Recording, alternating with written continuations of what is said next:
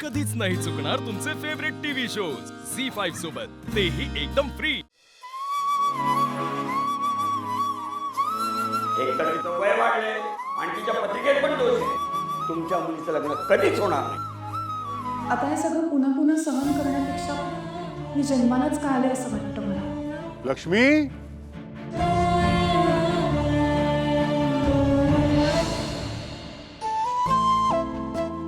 अगं आता मला निघायला लक्ष्मी, अशी का बसलीस तू? तू असं तोंड पाडून नको ना ग बसूस. तूच जर अशी बसलीस तर इतरांना कोण समजावणार? स्थळ हातून गेलंय म्हणून वाईट नाही वाटत आहे मला, पण आपली भावना खूप दुखावली गेली आहे, त्याचा त्रास होतोय. जातील लक्ष्मी, अगं हे दिवसही जातील आणि आपल्या भावनाला दुसरं एखादं स्थळ मिळेल. मग तुझा आणि भावनाचा विश्वास बसेल की आपल्या आयुष्यात सुद्धा चांगल्या गोष्टी घडतात. अगं आणि भावनाचं काही फार वय झालेलं नाही आहे. 32 म्हणजे काही फार उशीर नाही झालाय लक्ष्मी.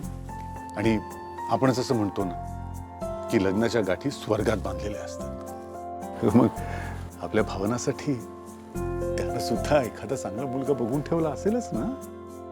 तो फक्त अजून आपल्याला भेटला नाहीये इतकंच. हे बघ, भावना संध्याकाळी घरी आली ना की आपण बोलू तिच्याशी, पण तिच्या समोर असा उदास चेहरा घेऊन जायचा नाही. तिला खूप वाईट वाटेल ना.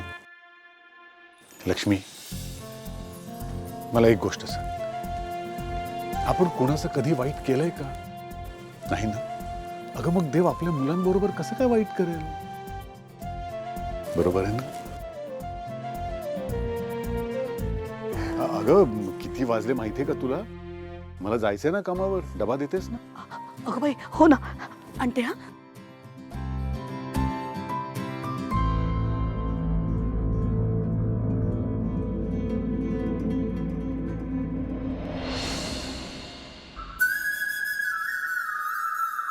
आजवर काही कमी स्थळाने नकार दिलाय. तुमच्या मुलीच्या पत्रिकेतच दोष आहे की तुम्ही जर असेच बघत राहिलात ना तर तुमच्या मुलीचं लग्न कधीच होणार नाही.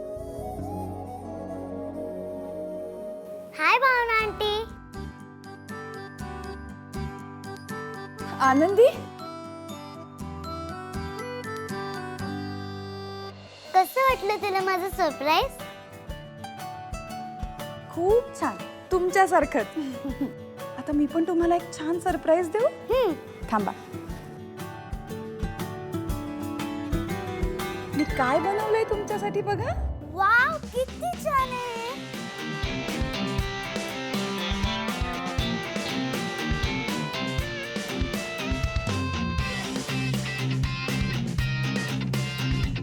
Good morning ma'am. Good morning. Nandi, what a pleasant surprise.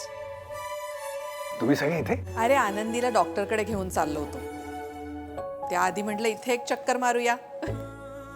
आधी आम्ही आनंदीला डॉक्टरकडे घेऊन जाणार, मग शॉपिंग आणि मग मूवी. हो की नाही आनंदी बाळा? नाही, मला मूवीला नाही जायचंय. मला भावना आंटी बरोबर खेळायचंय. पण मी तर ऐकलंय तुम्हाला डॉक्टरांकडे जायचंय. काय झालं? माझा हा दात किडलाय.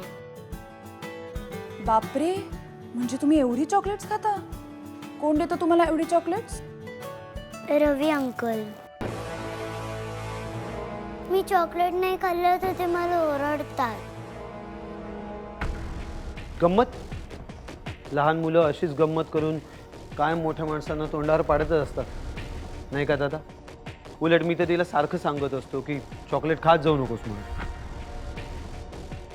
थांब, आता बघतोस तुला. That's okay. तुम्ही सगळे घरी जा, मी हिला घेऊन जातो डॉक्टरांकडे. आपण जाऊया. मला बाबांसोबत नाही जायचं. मला भावना आंटी बरोबर जायचं.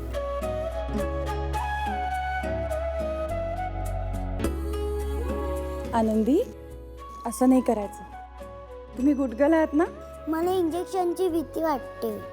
पण तुमचे बाबा आहेत ना तुमच्या बरोबर? बाबांना पण इंजेक्शनची भीती वाटते.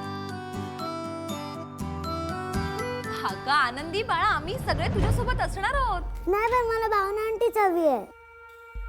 अगं पण तुझ्या भावना आंटीला काही काम आहेत ऑफिसमध्ये, त्या कशा येतील? मी घेऊन जातोय की तुला. श्रीकांत, पण भावना आल्यावर तिचं काम पूर्ण करू शकेल ना, नाही का?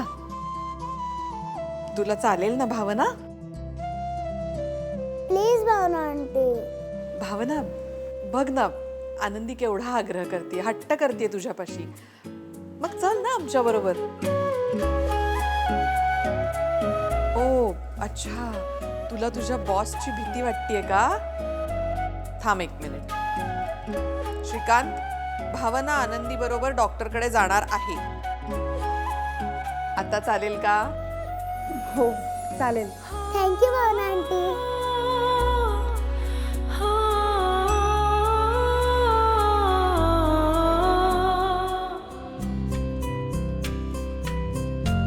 बघितलंस ना श्रीकांत, आनंदी भावना बरोबर किती खुश आहे. आई पण मला सांग, तू भावनाला आनंदी बरोबर यायला का सांगितलंस? ठीक आहे रे, आनंदीला भावना खूप आवडते. ती तिच्या कंपनीमध्ये असली ना की तिला छान वाटतं. डार्लिंग, ही मुलगी आपल्यासाठी धोका ठरू शकते. आई, आनंदीला भावना आवडते हे खरं आहे, पण भावनाला असं आपल्या पर्सनल कामासाठी बाहेर यायला सांगणं मला तरी बरोबर नाही वाटत, ते सुद्धा वर्किंग अवर्सच्या वेळेला. आणि आनंदीला भावनाची सवय लागली तर ही सिच्युएशन हँडल करणं खूप अवघड जाणार आहे. काही अवघड बिवघड जाणार नाही हं श्रीकांत.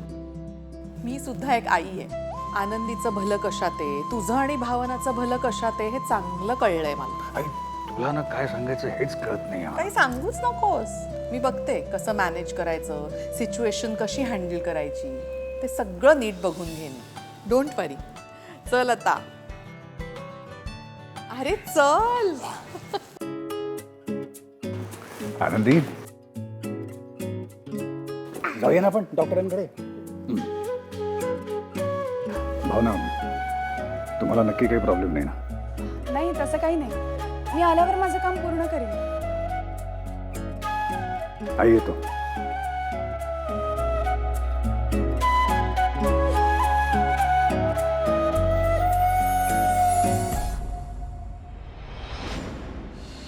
मम्मा अगं काय करतेस तू हे?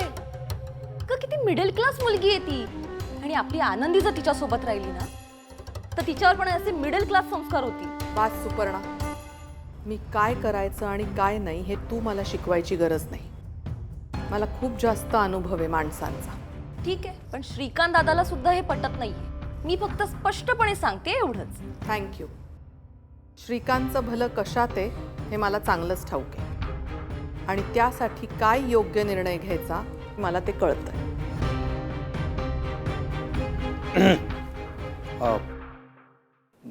निघायचं का आपण? तुम्ही जा, मी एक काम करून येते. मम्मा अगं कसलं काम? कुठे जातेस तू? चांगल्या कामासाठी निघताना प्रश्न विचारू नयेत सुपर्णा.